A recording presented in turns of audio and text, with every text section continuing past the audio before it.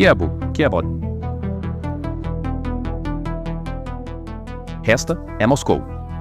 A metrópole de 13 milhões de habitantes está se recuperando do maior ataque de vingança instantânea da história moderna. Desde o início de 2026, a Ucrânia tem atacado as regiões mais críticas da Rússia todos os dias, da Crimeia a Kaluga, de Saratov a Samara. No entanto, Moscou tem sido o centro dos ataques há uma semana. A capital foi mergulhada em seu período mais longo e sombrio de caos civil. Todos os aeroportos de Moscou estão paralisados. Milhões de pessoas estão em estado de pânico. Centenas de milhares de casas estão sem eletricidade e aquecimento. Putin planejou ajoelhar os ucranianos ao chão com frio congelante e escuridão no ano novo, deixando-os sem energia. Quase todos os dias na Ucrânia, vidas estavam sob ameaça. De Kiev a Odessa, de Zaporizhia a Kharkiv, a Rússia causou destruição maciça. Os alvos não eram bases militares. Eram edifícios civis, instalações de infraestrutura e usinas de energia. Sirenes de ataque aéreo nunca pararam em toda a Ucrânia. No entanto, os ataques de retaliação da Ucrânia foram instantâneos. Para cada míssil disparado pela Rússia, a Ucrânia enviou grandes ondas de ataque de milhares de drones para Moscou. Desde 30 de dezembro, por uma semana inteira, as sirenes no céu sobre Moscou não pararam. Não apenas bases militares. O prestígio de Putin, o estilo de vida luxuoso de Moscou e a ordem civil também foram alvos. Grandes ondas de ataque em toda a Rússia atingiram o pico na noite de 3 para 4 de janeiro. Drones ucranianos penetraram no espaço aéreo russo e entraram no país. O centro do ataque foi, novamente, Moscou. A maior onda de choque causada pelo ataque foi sentida no transporte. Um alerta vermelho foi emitido na capital e seus arredores. Devido aos enxames de UAVs aparecendo no céu, as portas de entrada de Moscou para o mundo, os aeroportos do Domodedovo, Vnukovo e Zhukovsky, foram subitamente fechados ao ativar o Plano Carpet, um protocolo de emergência. Não apenas em Moscou, mas também em Kaluga, Ryazan e Tula, os aeroportos foram fechados. Só em Moscou, 200 voos foram suspensos. Olhe para a cena lá dentro. Essas imagens não são de um campo de refugiados, mas dos terminais de luxo de Moscou. Milhares de passageiros ficaram presos nos terminais. As pessoas estão dormindo em bancos e em cima de suas bagagens. Completo caos e pânico reinam nos aeroportos. Voos estão sendo amplamente cancelados, atrasados e bilhetes reembolsados. Essa interrupção ocorreu durante um dos períodos mais movimentados do país em termos de transporte e turismo, quando muitos russos estavam de férias e viajando dentro e fora do país. Os sonhos de férias de Ano Novo e Natal ortodoxo de centenas de milhares de russos foram destruídos. A capital, Moscou, ainda não havia se recuperado do choque do ataque e da crise que mergulhou centenas de milhares de pessoas na escuridão durante as férias de Ano Novo. A partir de 30 de dezembro, Moscou estava sob forte ataque de drones. Fontes de notícias ucranianas relatam que aproximadamente 300 veículos aéreos não tripulados foram enviados para a Rússia só naquela noite. O aeroporto de Domodedovo está fechado desde aquele dia. Aproximadamente 100 mil pessoas na região de Moscou, Podmoskovsky, ficaram sem eletricidade. Na noite de 30 para 31 de dezembro, ocorreu uma queda de energia generalizada na região de Moscou. Foi relatado que mais de 600 mil assinantes ficaram sem eletricidade. E uma ameaça de drones foi declarada na região. Relata-se que os reparos não serão concluídos até 7 de janeiro. Não apenas ataques, mas também condições climáticas adversas paralisaram os voos. Condições climáticas adversas causaram grandes atrasos de voos no aeroporto de Pulkovo, em São Petersburgo, e no aeroporto de Khabrovo, em Kaliningrado. Em Kaliningrado, 24 chegadas e 20 partidas foram atrasadas. No Pulkovo, 49 partidas e 26 chegadas foram afetadas. A pior situação aplica-se aos passageiros da Nordwind. Eles não conseguem voar para Kaliningrado desde 29 de dezembro. Mais de 100 pessoas estão presas há 3 dias. Eles receberam vales-refeição no valor de 500 rublos, aproximadamente euros, e 5 horas de hospedagem em hotel. O Ministério da Defesa da Rússia anunciou que a Ucrânia tem atacado Moscou com drones todos os dias desde o início de 2026.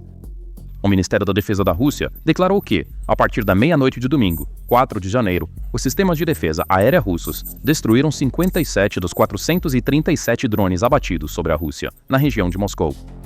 Então, a Ucrânia paralisou a Rússia com mais de 500 drones em uma única noite. Isso marca uma escalada em relação aos ataques anteriores, menos frequentes, que visavam a capital russa. Esse caos, que já dura quase uma semana, não foi uma retaliação comum. Foi um dos ataques de vingança mais duradouros da Ucrânia contra Moscou até hoje. No entanto, o que aconteceu em Moscou na noite de 4 de dezembro não foi apenas uma paralisação civil. A base aérea de Kubinka, lar da equipe acrobática de elite Russian Knights da Rússia, foi abalada por explosões. A base aérea mais confiável de Putin e o centro de aviação civil foram simultaneamente atingidos. Na noite de 4 de janeiro, a segunda e tecnicamente mais destrutiva fase do ataque ocorreu na região de Samara, 800 quilômetros a sudeste de Moscou. Os drones de longo alcance da Ucrânia miraram a enorme refinaria de petróleo Novokuibishevsk da Rosneft. Este não foi um depósito de combustível selecionado aleatoriamente. Esta instalação desempenhava um papel crítico na produção de gasolina, de alta octanagem e combustível de aviação da Rússia. Quando drones atingiram as torres de destilação, o ponto mais sensível da refinaria, mais de 10 explosões iluminaram o céu noturno. Dados de satélite e imagens compartilhadas por moradores locais confirmaram que chamas estavam subindo ao céu e que a capacidade operacional da instalação havia sido completamente destruída.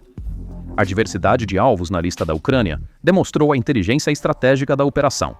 Não apenas o combustível, mas também o cérebro da máquina de guerra russa foi alvo. Na terceira e talvez mais estratégica fase do ataque, drones se dirigiram para a cidade de Ielats, na região de Lipetsk. O alvo era a Fábrica Energia. Esta fábrica produzia baterias e unidades de energia para veículos aéreos não tripulados, que eram de vital importância para o exército russo.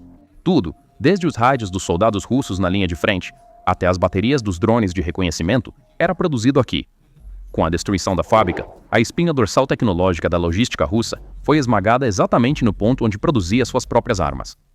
A fumaça negra subindo da fábrica sinalizou uma ruptura na cadeia de suprimentos militares da Rússia, que levaria meses para ser reparada. No flanco sul do mapa, um golpe fatal foi desferido na economia russa. O terminal de petróleo Taman Neftegaz, na região de Krasnodar, um dos pontos de exportação de energia mais críticos do Mar Negro, foi alvo de mísseis de longo alcance e drones da Ucrânia. Imagens de satélite confirmam que os oleodutos que levam aos cais do terminal foram completamente queimados e tornaram-se inutilizáveis. Isso não é um simples incêndio. As exportações de petróleo da Rússia pelo Mar Negro estão atualmente interrompidas. Este anel de fogo se estendeu até Tartaristão, 1.200 quilômetros da fronteira ucraniana. Quando o depósito de transferência de petróleo na cidade de Almetievsk, que se dizia estar fora de alcance, foi atingido, as fronteiras geográficas da guerra colapsaram para o povo russo. Enquanto isso, a tempestade de fogo também se espalhou para a região de Kaluga. O depósito de petróleo de Liudanovo nesta região, considerado a porta logística de Moscou, foi envolvido em chamas à meia-noite. Assim como a refinaria em Samara e a fábrica de baterias em Ielats, este também era um centro crítico de abastecimento para o exército russo. Linhas de energia foram cortadas, estoques de combustível foram explodidos, e quando a onda de ataques chegou a Kursk, o impacto se espalhou para a infraestrutura civil. O ataque à usina de Komutovka, embora geograficamente pequeno, teve um impacto massivo. 115 assentamentos foram mergulhados na escuridão total. As bombas de água na região pararam. As redes de comunicação foram cortadas e as autoridades locais ficaram completamente desamparadas. Não é preciso ser um especialista militar para resumir o quadro criado por esses ataques. Sem energia, sem baterias, sem logística. Enquanto a máquina de guerra russa tenta enviar munição e soldados para a frente, é estrangulada sob os escombros de sua própria infraestrutura em casa. O fechamento do terminal Taman Neftegaz em Krasnodar não é apenas uma perda de prestígio para a Rússia, mas um corte direto no fluxo de caixa. O ataque no Tartaristão, por sua vez, teve um efeito de quebra-gelo na indústria russa. O bombardeio de um centro a 1.200 quilômetros de profundidade, como Almetievsk, fez com que as seguradoras se recusassem a segurar fábricas no interior da Rússia ou aumentassem os prêmios para níveis astronômicos. Para investidores e gerentes de fábricas, não há mais uma base de produção segura na Rússia. Adicione a isso a perda da fábrica de baterias em Ielats e o depósito de combustível em Kaluga, e o efeito dominó chega à linha de frente. Enquanto os caminhões-tanque aguardam vazios em Liudanovo, os tanques na frente permanecem imóveis. A guerra moderna é construída sobre baterias e sistemas de armazenamento de energia. Os óculos de visão noturna dos soldados russos, rádios, telemetros a laser e, mais importante, drones FPV, funcionam com baterias. O fechamento ou dano à linha de produção da fábrica energia criará uma escassez de energia na linha de frente. Essa interrupção na cadeia logística pode deixar os soldados russos cegos e surdos no campo de batalha em poucas semanas. Este é um exemplo perfeito da estratégia de paralisia de produção assimétrica da Ucrânia. Em vez de atacar o soldado na linha de frente, elimina-se o veículo que lhe permite lutar. O custo econômico do fechamento dos aeroportos de Moscou é medido em bilhões de rublos. Cada fechamento de Domodedovo e Vnukovo significa perdas massivas para as companhias aéreas, desperdício de combustível e atrasos no transporte de carga. Mais importante ainda, essa situação destrói a imagem da Rússia como um porto comercial seguro. Moscou agora é uma zona de risco para empresários estrangeiros, diplomatas e empresas de carga. Além disso, o dilema de defesa aérea criado por esses ataques força o Estado-Maior russo a uma escolha impossível. Onde Putin irá implantar seus limitados sistemas de defesa aérea? Se ele os retirar para proteger Moscou e as refinarias, as tropas na frente ucraniana e na Crimeia ficarão desprotegidas. Se ele os mantiver na frente, a infraestrutura industrial e energética da Rússia continuará a ser atacada por drones ucranianos, como foi esta noite. E o efeito mais insidioso, o medo da inflação e da escassez. Cada refinaria desativada representa receita perdida. A Rússia é o segundo maior exportador de petróleo do mundo. Seu orçamento é essencialmente um orçamento de hidrocarbonetos. Os impostos sobre petróleo e gás estão literalmente financiando esta guerra. Quando uma refinaria é danificada, ela não apenas para de produzir gasolina ou diesel para uso doméstico, mas também interrompe a produção de valiosos produtos de exportação. Estimativas da indústria sugerem que os ataques destruíram mais de 10% da capacidade total de refino da Rússia. Isso se traduz em bilhões de dólares em receita de exportação perdida. Esse dinheiro estava destinado a balas, mísseis e pagamento de soldados. É uma retirada direta da conta de guerra do Kremlin. Em segundo lugar, e talvez mais criticamente, há o impacto interno.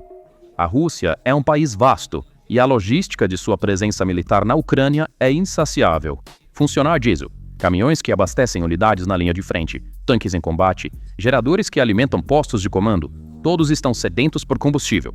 Ao atacar refinarias e depósitos, a Ucrânia não está apenas danificando a carteira de exportação da Rússia, está mirando nas linhas de combustível que alimentam os soldados que tentam matá-los.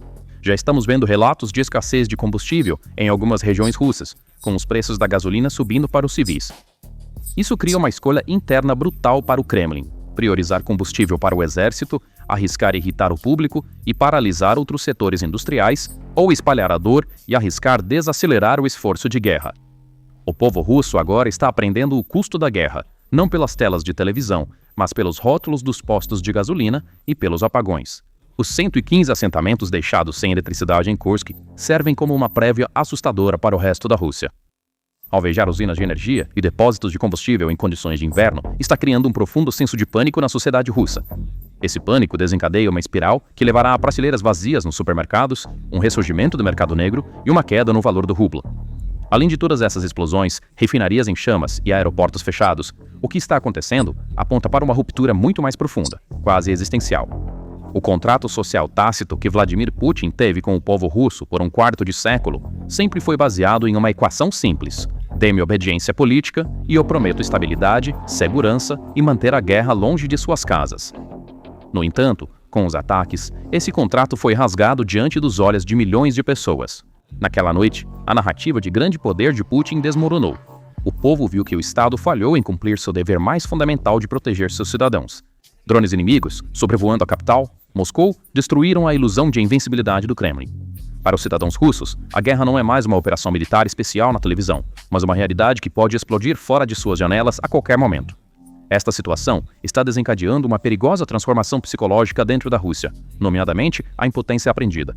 De aldeões sem eletricidade em Kursk a elites presas nos aeroportos de Moscou, todos estão fazendo a mesma pergunta: se o exército não pode proteger a capital e as instalações estratégicas, quem nos protegerá? Esse sentimento de insegurança é um ácido que corrói silenciosamente a autoridade do regime.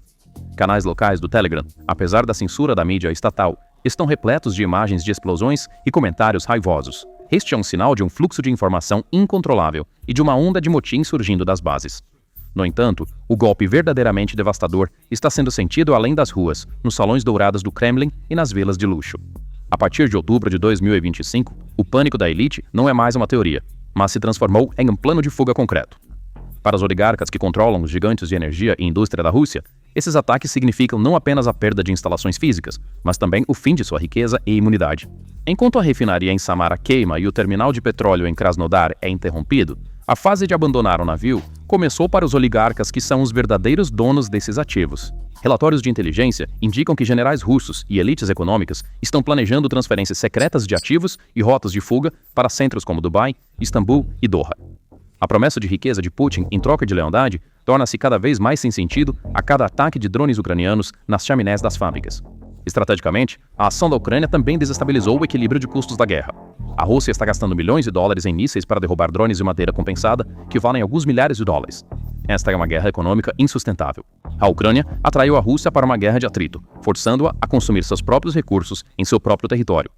O ataque a instalações de produção críticas mina a capacidade de guerra de longo prazo da Rússia. Acertar um tanque na linha de frente é uma vitória tática, mas atingir a fábrica que produz o combustível e as baterias desse tanque é um checkmate estratégico. Além disso, esses ataques estão ampliando as fissuras na estrutura federal da Rússia. A retirada de sistemas de defesa aérea das províncias para a segurança de Moscou está aumentando as tensões interregionais. Os governadores de Samara ou Tartaristão podem começar a questionar a falta de proteção do centro. Por que Moscou está sendo protegida enquanto nossa refinaria está queimando? É a pergunta mais perigosa que ameaça a unidade interna da Rússia. Com esses ataques, a Ucrânia está mirando não apenas alvos físicos, mas também a cola política que mantém a Federação Russa unida. Agora, posso ouvir as perguntas céticas. Isso é suficiente? Os ataques de drones podem realmente mudar o curso da guerra? Sozinhos, talvez não. Uma refinaria pode ser reparada. As defesas podem ser adaptadas ao longo do tempo. Mas você deve ver isso não como uma tática independente, mas como uma parte magistral de uma estratégia muito maior. Esta é uma estratégia de pressão sistêmica. As chamas que se elevam das instalações escuras e críticas que desceram sobre os aeroportos de Moscou naquela noite simbolizam não uma crise temporária, mas uma derrota estratégica duradoura. A Ucrânia provou que a vingança não é um prato que se serve frio, mas um menu explosivo servido quente a milhares de milhas de distância. A fortaleza inexpugnável de Putin agora não passa de um mito. O desligamento das defesas aéreas russas naquela noite, combinado com o medo gravado nas mentes do povo russo, o Estado não pode nos proteger. Enquanto instalações industriais de bilhões de dólares eram destruídas, a mentira do Kremlin de que tudo está sob controle também foi reduzida a cinzas naqueles incêndios nas refinarias. A mensagem agora ecoa nas ruas de Moscou. Se não houver noite segura para a Ucrânia, não haverá porto seguro, fábrica ou capital para a Rússia. A guerra voltou para a casa de seu iniciador, e não apenas bateu na porta, mas a arrombou e entrou. Então, quais são seus pensamentos sobre este assunto? Compartilhe seus pensamentos nos comentários. Não se esqueça de se inscrever no canal e ativar as notificações para ficar atualizado sobre as novas análises da PPR Global. Obrigado por nos escolher. Obrigado por nos escolher. Obrigado por nos